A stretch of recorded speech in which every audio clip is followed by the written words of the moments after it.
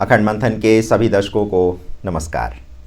मैं हूं शेखर त्रिपाठी और आप देख रहे हैं हमारा YouTube चैनल अखंड मंथन। प्राचीन काल से ही मनुष्य के अंदर अपने भविष्य को जानने की उत्सुकता बहुत तीव्र रही है और यही कारण है कि भविष्य गणना के नए नए प्रकार प्रत्येक युग एवं मानव की प्रत्येक सभ्यता में आते रहे हैं। जैसे माया कैलेंडर और होपी सभ्यता की भविष्यवाणियाँ, दोनों ही सभ्यताओं में की गई भविष्यवाणियों का अंतर बस इतना ही है कि जहां माया सभ्यता में परिवर्तन को ही अंतिम निर्णय कहा गया, वहीं होपी सभ्यता में इस परिवर्तन को सफाई का समय कहा गया। इन मिथकों के अनुसार ब्रह्मांड का विकास चक्रीय है और एक जीवित शरीर की भांति ही जब सभी गंदगी और मैल समाप्त हो जाते हैं तो यह स्वस्थ और सामंजस्यपूर्ण हो जाता है। ठीक इसी प्रकार से जब संसार के समाज में अधिक गंदगी फैल जाती है तब भी प्रकृति एवं किसी रहस्यमयी शक्ति के द्वारा सफाई का कार्य किया जाता है, जिसके बाद एक नवीन समाज की स्थापना होती है जो सभी प्रकार की सुख शांति से परिपूर्ण होती है। जहाँ तक आज हो रहे परिवर्तनों को लेकर ये तर्क दिया जा रहा है कि मानव वैज्ञानिक प्रगति के कारण ही प्रकृति को इस मोड़ पर लाकर खड़ा कर दिया है, तो ये बात पूरी तरह सत्य नहीं है, क्योंकि सृष्टि का परिवर्तन चक्र तो इससे पूर्व भी चलता रहा है जब इतनी वैज्ञानिक प्रगति नहीं थी। प्रत्येक देश की सभ्यता में भविष्यवाणियों का संदर्भ भी भिन्न भिन्न प्रकार का रहा है। जैसे चीनी सभ्यता में भविष्यवाणियों के पीछे एक ऐसे देवता की मान्यता है जो मनुष्य और देवताओं के बीच कोई संबंध स्थापित कर सके। तब ये देवता मनुष्यों के माध्यम से अपने उन संदेशों को लोगों के बीच फैलाना चाहते हैं जिसका संबंध मनुष्य के भविष्य से जुड़ा हुआ है।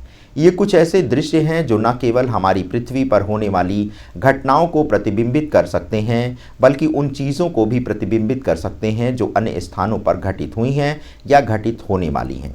क्योंकि चीनी संतों के अनुसार हमारे संसार की महान खगोलीय घटनाएं अर्थात एपोकैलिप्टिक भविष्यवाणियाँ जो हो चुकी हैं या होने वाली घटनाओं के परिवर्तनों का प्रतिबिंब है। चीन में प्रचलित सर्वनाशी भविष्यवाणी के अनुसार चीनी देवता पैनगु द्वारा ही स्वर्ग और पृथ्वी का निर्माण किया गया था।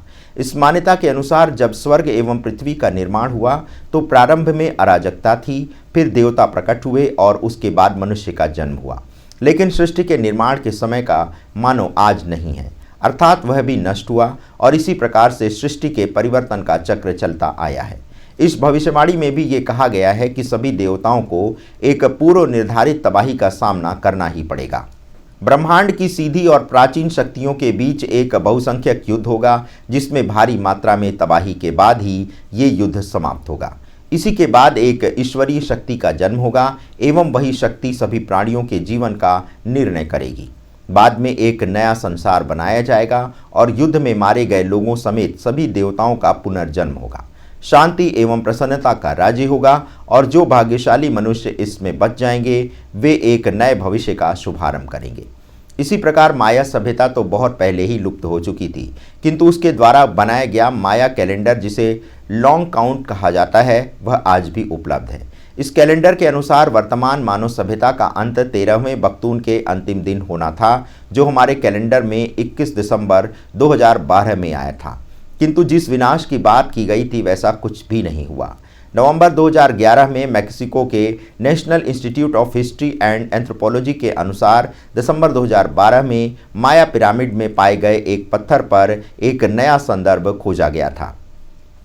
कामल कालकों की ईंट के रूप में फैला हुआ यह पत्थर लगभग 1300 वर्ष प्राचीन है और इसे इमारत में अंदर की ओर शिलालेख के साथ रखा गया था और इसे स्पष्ट रूप से दिखाई ना देने के लिए सील कर दिया गया था।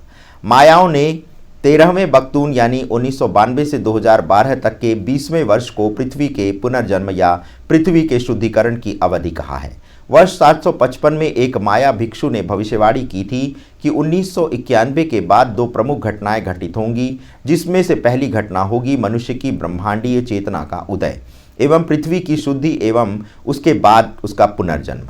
वास्तव में समकालीन खगोल विज्ञान ने पुष्टि की है कि 21 दिसंबर 2012 अर्थात मायन भविष्यवाणी के सटीक दिन शीतकालीन संक्रांति के अनुरूप हैं। इसके अलावा सूर्य ठीक आकाश गंगा की दरार में स्थित था, या जो भी हो आकाश गंगा पृथ्वी पर बैठ गई। कुछ खगोल शास्त्रियों ने इसे व्यवहारिक रूप से इस प्रकार परिभाषित किया कि आकाश ने पृथ्वी के लिए अपने दरवाजे खोल दिए। जहां तक नोस्ट्राडामस की बात है, जो कि 1503 और 1566 के बीच जीवित रहे, उन्होंने न केवल नेपोलियन के जन्म, हिरोशिमा और नागासाकी के परमाणु बम, हिटलर की शक्ति, संयुक्त राज्य अमेरिका की स्वतंत्रता, चेरनोबिल आपदा या पतन जैसी कई तथ्यों पर भविष्यवाणी की थी। बर्लिन की दीवार, इसका भी यह तात्पर्य है कि मानवता में एक महान परिवर्तन होगा जो 1999 से शुरू हो गया है। तो दर्शकों, आज के एपिसोड में बस इतना ही। इसमें हमने आपको माया सभ्यता और होपी सभ्यता के द्वारा जो भविष्यवाणियाँ की गई थीं उसमें क्या अंतर था, इसका हमने आज विवरण प्रस्तुत किया। आपको हमारा ये प्रयास कैसा लगा, आप अपनी राय हमारे व्हाट्सएप नंबर 7905414965 पर दे सकते हैं। धन्यवाद दर्शकों, हमारे इस कार्यक्रम में बने रहने के लिए। समय से पूर्व समय की जानकारी पहुंचाने के लिए हम आपके लिए सदैव तत्पर रहेंगे और आशा करेंगे कि आप हमारे कार्यक्रम को देखते रहेंगे। धन्यवाद, नमस्कार।